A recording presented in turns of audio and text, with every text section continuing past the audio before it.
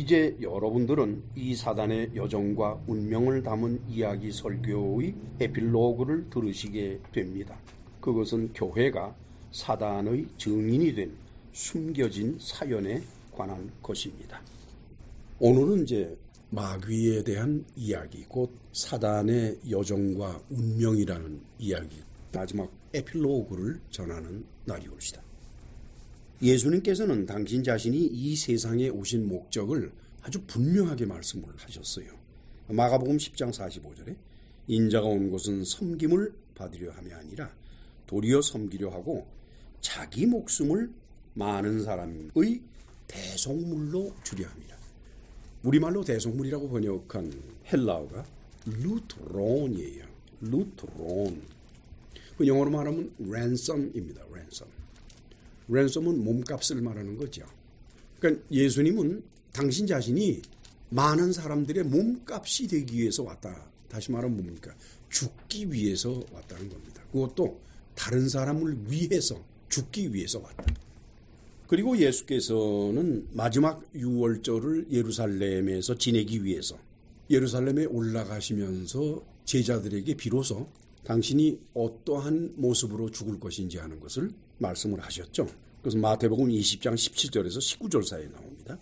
예수께서 예루살렘으로 올라가려 하실 때 12제자를 따로 데리고 길에서 이르시되 보라 우리가 예루살렘으로 올라가노니 인자가 대제사장들과 서기관들에게 넘겨짐에 그들이 죽이기로 결단하고 이방인들에게 넘겨주어 그를 조롱하며 채찍질하며 십자가에 못 박게 할 것이나 제3일에 살아나리라. 예수님은 제자들에게 분명히 당신이 가는 길을 또 가야만 되는 길을 그리고 가고자 하는 길을 말씀을 하셨어요. 첫째, 내가 유대의 대제사장들과 서기관들 장로들에게 넘겨져야 된다. 다시 말하면 누군가 나를 그들에게 넘겨야만 된다. 그렇게 되면 그들은 율법으로 어떻게 나를 할 수가 없기 때문에 이방인들 곧 로마인들에게 넘겨서 나를 십자가에 못 박아 죽게 할 것이다. 이겁니다. 드디어 이제 마지막 유월절이 되었습니다. 그 유월절 만찬 자리에서 그 12명의 제자가 다 모여있는 그 자리에 예수께서 마태복음 26장 21절에서 25절 사이의 기록에 따르면 그들이 먹을 때 이르시되 내가 진실로 너희에게 이르노니 너희 중에 한 사람이 나를 팔리라. 이건 잘못 번역된 것이죠. 너희 중에 한 사람이 나를 넘기리라 하시니 그들이 몹시 근심하여 각각 여짜오되 주여 나는 아니지요. 우리 개혁판에서는 내니까라고 번역이 되어 있죠. 납니까라고 번역이 되어 있는데 그 헬라어는 그게 아니라 나는 아니죠. 예수께서 제자들에게 너희 중에 한 사람이 나를 대제사장들에게 넘기는 일을 해야 될 거야. 제자들이 다 하기가 싫은 거예요. 그렇죠? 다 싫으니까 난 아니죠. 하고 전부 다 부정을 해요. 나 안 할 겁니다. 그런 일을 내가 왜 합니까? 이렇게 되는 거예요. 그런데 예수님 뭐라고 그러시는 거니까 대답하여 이르시되 나와 함께 그릇에 손을 넣는 그가 나를 넘기리라. 그 말씀은 뭡니까? 그릇에 손을 넣는다 그러면은 바로 예수님 옆에 앉아있다는 얘기예요. 예수님 옆에 앉아있다는 얘기는 예수님과 가깝다는 뜻입니다. 그러니까 같이 손을 그릇에 넣을 수가 있죠. 인자는 자기에 대하여 기록된 대로 가거니와 인자를 넘기는 그 사람에게는 화가 있을 것이다. 그 사람은 차라리 태어나지 아니하였다면 제게 좋을 뻔하였다. 예수께서는 그 말씀을 하시면서 너희 중에 누구 한 사람 곧 내 옆에 앉은 자가 나를 넘길 텐데 나야 그 목적 때문에 왔고 또 그것은 이미 선지자를 통해 다 예언되어 있는 것이니까 나는 내가 가야 될 길, 가야만 할 길, 또 갈 길을 가면 고만이지만 나를 그들에게 넘기는 그 사람은 차라리 세상에 태어나지 않았던 게 더 좋을 거다. 그런 말씀이에요.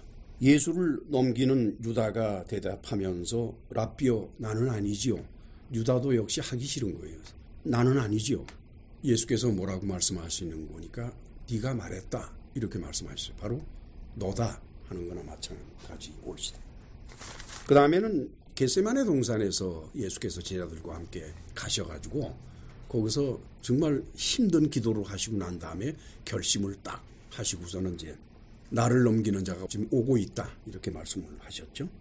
마태복음 26장 43절에서 50절인데 그 가운데 48절에서 50절을 읽으면 다음과 같습니다. 예수를 넘기는 자가 그들에게 군호를 짜이르되 내가 입맞추는 자가 그이니 그를 잡으라. 그리고는 예수께 나와 예수님한테 다가와서 랍비여 안녕하십니까 하고 입맞췄습니다. 예수께서 이르시되 친구여 네가 무엇을 하려고 하는지 행하라 하신대 이에 그들이 나와 예수께 손을 대어 잡았다. 이렇게 돼 있어요. 예수님은 당신을 넘겨주기 위해서 찾아온 가룟 유다에게 친구라고 부르셨어요. 친구요. 이 배신자야 라고 부른 것이 아니라 친구야. 근데 보통 우리가 말하는 친구들 있죠. 그냥 친한 친구 이런 관계는 헬라어로 필로스라고 합니다. 필로스. 그럼 보통 친구를 부를 때 써요. 그런데 여기에서는 헤타이로스라는 단어를 썼어요. 헤타이로스. 이 헤타이로스라고 하는 단어는 영어로 번역을 하면은 comrade, 동무. 그 다음에는 companion, 동역자를 말하는 거예요. 예수님은 가룟 유다에게 동역자라고 부르셨어요. 당신을 넘겨주려 온 가룟 유다에게 보통 친구가 아니야. 동역자야. 즉 예수께서 장로들에게 넘기고 다시 로마 총독에게 넘어가서 십자가에 못 박혀 죽으시는 그 엄청난 일을 지금 누가 하는 거니? 예수님 자신하고 가룟 유다 둘이서 동역하면서 하고 있는 거예요. 그래서 예수님은 가룟 유다에게 동역자야라고 말씀을 하신 거죠. 그런데 왜 모든 성경에서는 이 헤타이로스를 자기 나라 말로 친구라는 뜻만을 가진 단어로 번역을 했을까요? 예수님은 필로스와 헤타이로스를 아주 분명하게 분리해서 사용하셨습니다. 복음서를 살펴보면 단 한 번도 이 두 단어를 혼동해서 쓰신 적이 없습니다. 이 중에서 헬라어로 필로스는 친구를 말합니다. 서로 믿고 의지하고 돕고 사랑하는 친구, 그것을 말해요.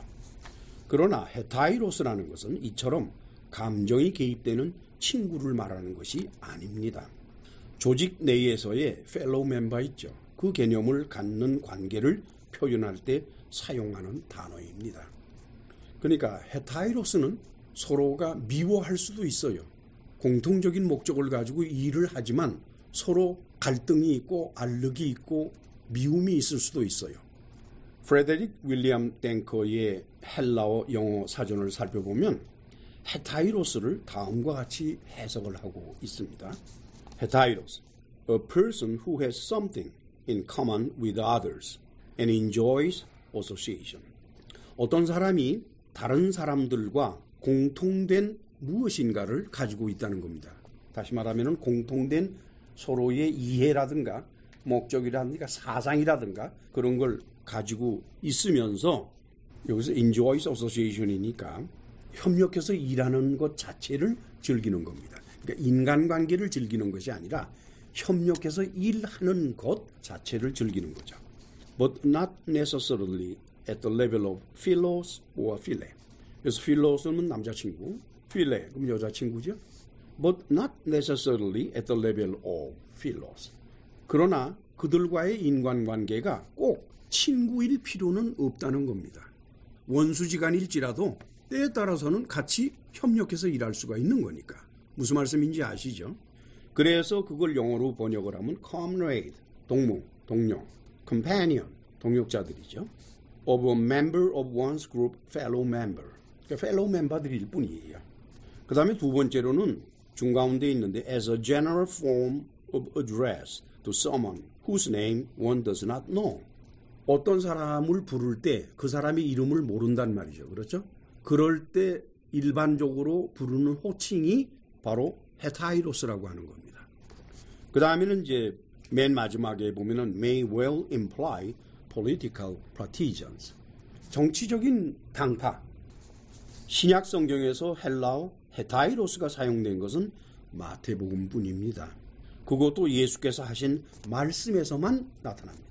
첫째, 11장 16절에서 17절 사이에 보면은 장터에서 어린아이들이 놀고 있어요. 그럴 때 서로 동무라고 부르죠. 그때 헤타이로스를 쓰셨습니다. 예수께서. 두 번째는 20장 13절에서 보면은 포도원에 일하러 들어온 일꾼을 주인이 부를 때 헤타이로스라고 불렀어요. 왜 그랬을까요? 첫째는 뭐 그냥 그 사람의 이름을 알 리가 없으니까 이름을 모르니까 헤타이로스라고 불렀다라고 볼 수도 있지만, 그러나 포도원 주인이나 일꾼이나 그 목적이 추수하는 거니까 따라서 같은 목적을 가지고 있기 때문에 헤타이로스가 되는 거예요. 그 다음에는 세 번째, 22장 12절에서 아들의 혼인잔치를 하는 임금이 잔치에 온 예복을 입지 않은 손님을 부를 때 사용되었습니다. 물론 이것도 그 손님의 이름을 알 수가 없기 때문에 헤타이로스라고 했다라고 말해도 되지만, 임금이나 그 손님이나 목적은 하나입니다. 혼인잔치예요. 혼인잔치. 그렇죠? 그러니까 헤타이로스가 되는 겁니다. 네 번째, 마지막으로 26장 50절에서 가룟 유다를 부를 때 사용됐지요. 왜냐하면 예수님도 유다도 그 목적이 예수님을 유대 대제사장들에게 넘기는 것이기 때문에 예수님과 가룟 유다의 관계는 헤타이로스일 뿐입니다. 공통적인 목적이 하나가 있기 때문에 헤타이로스. 즉 같은 목적을 가지고 같이 일하는 사람들이 서로 헤타이로스인 겁니다. 한편 위에 열거한 말씀 외에 예수님께서 그 외의 다른 말씀에서 사용하신 것으로서 외국어로 친구의 뜻을 가진 단어로 번역된 호칭들은 모두가 다 헬라어 필로스 이렇게 됩니다. 뭐 그 중에 대표적인 것은 여러분들도 아시고 계시지만은 요한복음 15장 12절에서 14절에 사용된 것인데, 친구를 위하여 자기 목숨을 버리는 사랑을 말씀하실 때 그 친구를 필로스라 이렇게 예수께서 말씀하셨습니다.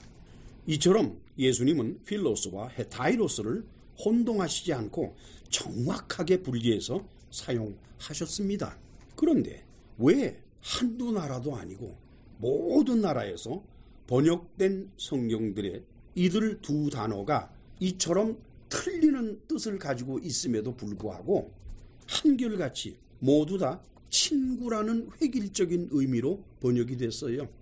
그것은 지난번에도 말씀드린 것처럼 제롬이 주후 384년에 헬라어 복음서를 라틴어 벌게이트역으로 번역을 할 때 그렇게 한 때문이라고 볼 수도 있습니다. 제롬은 헬라어 헤타이로스를 그 본래의 뜻을 가진 라틴어 소시우스나 코메스 또는 소다리스로 번역하지를 않았습니다. 다시 말씀드리면 헬라어 헤타이로스를 라틴어로 정확하게 뜻대 뜻으로 1대1로 번역을 시키려면 소시우스라는 라틴어 단어가 있고 코메스라고 하는 라틴어 단어가 있고 소다리스라고 하는 라틴어 단어가 있어요. 그걸 쓰면 돼요. 근데 그렇게 하지 않고 보통 인간관계의 친구인 아미쿠스라고 번역을 했어요. 그러니까 제롬이 헤타이로스를 보통 친구를 말하는 아미쿠스로 번역을 해버린 겁니다. 라틴어로. 따라서 헬라어 성경으로부터 직접적으로 번역을 했지만 정신적으로는 라틴어 번역 성경에 뿌리를 두고 있는 모든 번역 성경에서도 라틴어 번역을 따라서 각 나라 말의 친구로 번역을 했습니다. 그러면 뭐 독일어나 영어에는 이 헤타이로스의 뜻을 가진 단어가 없을까요? 아니, 있어요. 독일어에는요, 카메라드라는 단어가 있어요. 그게 몽고니 comrade예요. 동력자예요. 영어에는 comrade, companion 다 있어요. 있음에도 불구하고 그들은 한결같이 친구의 뜻을 가진 friend로 번역을 했어요. 왜 그랬을까요? 이 말씀을 듣는 분들은 아마 지금 생각을 하실 겁니다. 그것은 사단이 가룟 유다를 예수님의 동력자가 아니라 예수님의 친구로서의 제자로 만들어가지고 예수님이 동력자와 함께 자진해서 십자가로 가신 것이 아니라 제자로서의 절친한 친구의 배신으로 어쩔 수 없이 죽게 되었다고 주장하려 했기 때문입니다. 왜 사단은 그랬을까요? 지난번에도 말씀을 드렸습니다만 그렇게 해야 하나님의 아들이 흘리신 피의 가치를 깎아내릴 수 있었기 때문입니다. 영어로 말하면 devaluation이죠. 일반적으로 배신이라 그러면 영어로는 betray라고 그러는데 betray를 웹스터 사전에 보면은 to break faith with 어떤 사람과 사이의 믿음을 깨는 것을 말하고, 두 번째는 fail to meet the hopes of 어떤 사람이 하고자 하는 것을 fail to meet 할 수 있도록 돕지 못하는 것을 배신이라고 이렇게 말하는 겁니다. 가룟 유다라고 하는 사람은 예수님을 대제사장들과 서기관들과 장로들에게 넘기는 일을 예수께서 맡기기 위해서 예수님 자신이 선택한 사람입니다. 12제자를 선택하실 때 예수께서 11제자에게는 그냥 제자가 되는 것을 위해서 선택을 하셨지만은 가룟 유다만큼은 제자로 선택한 것이 아니라 그가 당신을 대제사장들에게 넘기는 일을 맡기기 위해서 선택을 하셨습니다. 그래서 요한복음 6장의 70절에 바라보면은 내가 너희 12를 택하지 아니하였느냐? 즉 너희 12이 내게 온 것이 아니라 내가 선택을 한 거다. 그러나 너희 중에 한 사람은 마귀다 그랬어요. 너희 중에 한 사람은 내 제자가 아니라 마귀라는 거예요. 다시 말하면 유대인이라는 겁니다. 왜냐니까 요한복음 8장 44절에서 예수께서는 너희는 너희 아비 마귀에게서 났으니 너희 아비의 욕심대로 너희도 행하고자 하느니라 해서 유대인들, 특별히 대제사장들이나 장로들이나 또는 서기관들, 이와 같은 지도계급들, 그들을 마귀의 자식들이라고 예수님은 말씀하셨잖아요. 그 마귀, 가룟 유다가 마찬가지로 그렇게 된 겁니다. 왜 그럴까요, 여러분? 11제자는요 어부 출신들이에요. 또 사람들에게 멸시받는 세리, 당시 유다 나라에서 바리새인들이나 서기관들이나 이런 지도계급 사람들, 심지어는 뭐 평범한 시민들까지도 세리라 그러면은 무슨 취급을 했는 거니? 창녀 취급을 했어요, 여러분. 같이 식사도 안 해요, 그들과는. 그러니까 예수께서 선택하신 11명은 어부 출신의 세리의 뭐 복잡해요, 그냥. 다시 말하면은 그 뭐라고 그러지? 밑바닥 인생들이에요. 밑바닥 인생들만 뽑아놨으니까 그 사람들은 사회적으로 아무것도 못하는 사람들이에요. 딱 한 사람, 가룟 유다만이 성전에서 회개를 보던 사람이고 그 사람은 젤로 땅에 소속된 사람이었다라고 하니까 그 사람은 배운 사람이고 성전에서 일하는 대제사장들과 인간관계가 있는 사람이에요. 예수님은 제자들을 선정을 하실 때 11명은 밑바닥 인생을 택하셔서 키우셨지만 12번째 딱 한 사람만큼은 유대 관원들과 교통이 가능한 그런 사회적인 지위를 가지고 있는 사람으로 선택을 하셨기 때문에 유다, 너는 결코 내 제자가 될 수는 없을 거다. 내 제자가 되려 하면은 사회적인 자기의 기득권을 포기를 해야 되는데 그거 아무나 포기할 수 있는 거 아니잖아요. 그렇죠? 그렇게 선택을 하셨어요. 즉 유다에 대한 예수님의 기대는 때가 오면 유다가 당신을 유대인 관원들에게 넘기는 겁니다. 따라서 예수님을 유대 관원들에게 넘겨서 십자가에 죽게 하는 일에 유다는 헤타이로스가 돼요. 예수님과 동역자가 되는 것입니다. 그러나 예수님은 아시고 계셨어요. 그건 뭐 여러분들도 다 짐작을 할 일이라고 보는데 그러한 일 때문에 유다가 개인적으로 봐서는 정신적인 고통을 겪게 될 것이고 또한 그것 때문에 유다에게는 여러 가지 좋지 못한 일들이 일어날 것이다. 예수님은 그 사실을 내다보시면서 유다의 신세가 안타까우셨던 겁니다. 그래서 차라리 태어나지 않는 것이 좋을 뻔했다. 어쩔 수 없이 내가 십자가로 가는 일에 동력자가 돼서 그 일을 하겠지만 그러나 그 일을 하고 났을 때 너는 과연 어떠한 입장이 되겠느냐. 그 한에 맺혀서 평생을 살다 죽겠죠. 설마 예수께서 가룟 유다가 자살할 거라고 생각을 하셨겠어요. 따라서 유다는 선생님의 기대를 저버리지 않고 자기 선생님을 유대인들에게 넘겼습니다. 근데 그때 사단이 개입을 했어요. 왜냐? 가룟 유다가 선생님을 유대인들에게 넘기는 일이 아주 점잖고 부드럽고 멋있게 되는 날에는 이거 예수가 자진해서 넘어갔구만 이런 평가가 나도록 돼 있어요. 그러니까 마귀로 봐서는 그렇게 스무드하게 넘길 수는 없죠. 그냥 마귀도 계획이 있으니까. 그래서 누가복음의 말씀에 의하면 가룟 유다에게 들어가가지고 가룟 유다를 끌고 대제사장들한테 가서 마태의 기록에 따르면 내가 넘겨줄 테니까 얼마 줄래? 요청하는 거로 되고 그렇게 해서 결국은 뭐가 됩니까? 가룟 유다가 예수님의 동력자가 아니라 자기 선생님을 돈 받고 판 비열한 배신자다라는 거로 만들어버리려고 마귀는 했던 겁니다. 그래서 이제 가룟 유다를 끌고 가가지고서 대제사장들한테 가서 결국 관원들을 데리고 왔죠. 그때 어마어마하게 많은 사람들이 왔어요. 그 사람이 어마어마하게 많이 오도록 만든 사람이 누군 거니? 가룟 유다예요. 다시 말하면 가룟 유다가 그렇게 시킨 게 아니라 가룟 유다 속에 있는 사단이 가룟 유다로 하여금 많은 병사들을 끌고 오도록 이렇게 시켰습니다. 그러면서 자기가 할 일 다 마치니까 사단은 나가버렸어요. 그리고 나서 가룟 유다는 이제 사단이 나간 상태에서 예수님을 겟세마네 동산에서 만납니다. 그래서 랍비여 그러는데 그때는 이미 사단이 나갔더라도 할 일 다 끝난 거 아니에요. 많은 군사들이 왔고다. 그러니까 순서에 의해서 자기 할 일을 했을 뿐이죠. 그래서 그때 예수께서는 사단이 나가버린 가룟 유다를 바라보면서 헤타이로스라고 그런 겁니다. 동역자야. 그때는 사단에게 말씀하신 것이 아니라 가룟 유다에게 인간적으로 말씀을 하신 거죠. 자, 이제 유다는 하여간 정신없이 살다가 자기가 할 일을 했다라고 생각을 했는데 결과를 보니까 어이구 로마 총독한테 넘겨가네요. 가룟 유다가 남긴 유서에 따르면은 그 선생님이 총독 관저로 끌려가는 모습을 보면서 통탄을 하는 내용이 나와요. 웬거니까 일단 총독 관저로 끌려간 유대인 치고 살아남은 사람이 없대요. 그 당시에. 총독 관저로 끌려갔다는 얘기는 죽는다는 얘기입니다. 그래서 아니 선생님하고 잘 타협을 할 것 같이들 나한테는 얘기를 하더니 붙잡아가지고서 로마 총독한테 넘기니까 얼마나 기가 막히겠어요. 후회를 하고 결국 자살을 하죠. 자살이라 그러면은 기독교 역사에서는 어거스틴이라는 신학자가 있었어요. 그 사람이 이제 자살은 지옥 가는 죄다라고 말을 했기 때문에 그렇게 된 거지 성경에는 그런 기록이 전혀 없습니다. 오히려 유대인들은 자살을 명예로운 거로 생각을 했어요. 그렇기 때문에 사울 왕이 이방인의 손에 죽느니 차라리 내가 죽겠다고 그래서 사울 왕이 자살을 하잖아요. 유대인들은 사울 왕이 이방인들의 손에 의해서 죽지 않기 위해서 자살한 것을 아주 명예롭게 생각을 하고 있습니다.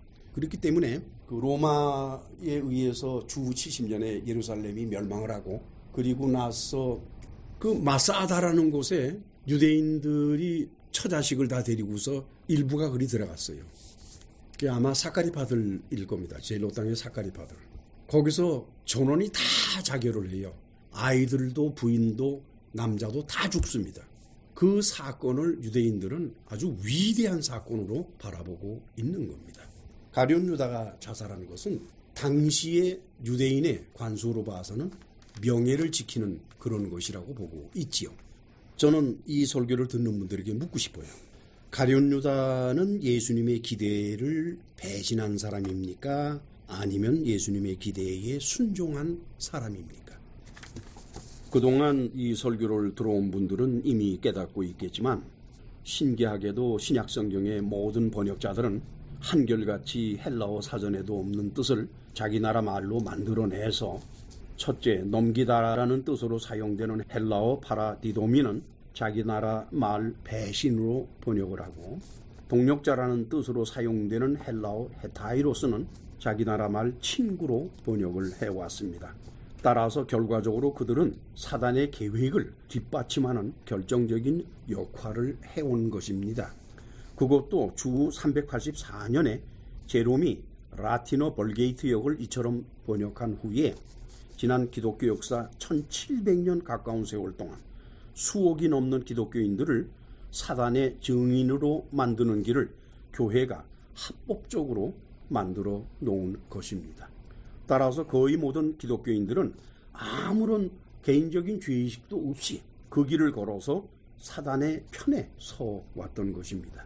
어떻게 이런 일이 이렇게 순조롭게 획일적으로 이루어질 수 있었을까요? 제롬은 실수를 해서 그렇게 했겠지라고 변명될 수 있습니다. 왜냐하면 제롬 한 사람이니까 뭐 한 사람이야 실수할 수도 있잖아요.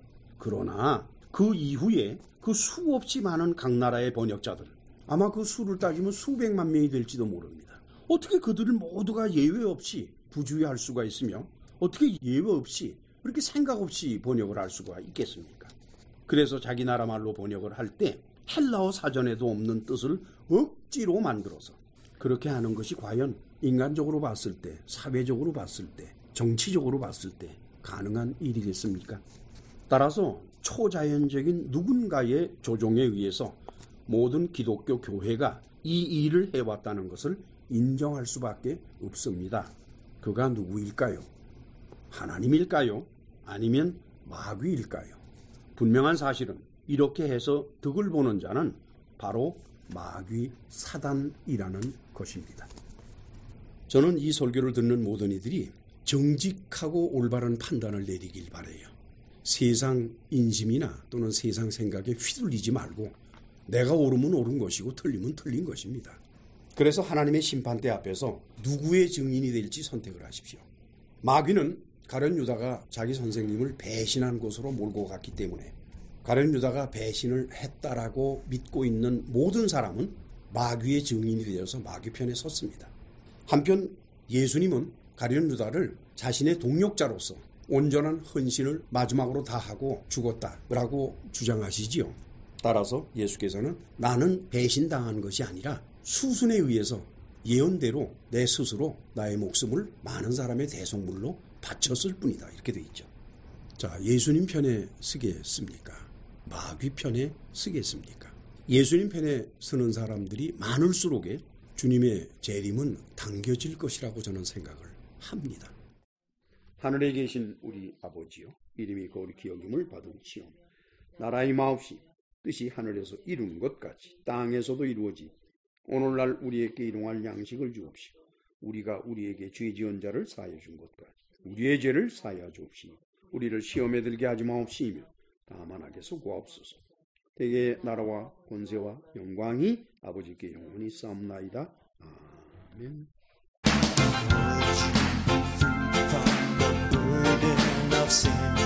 There's power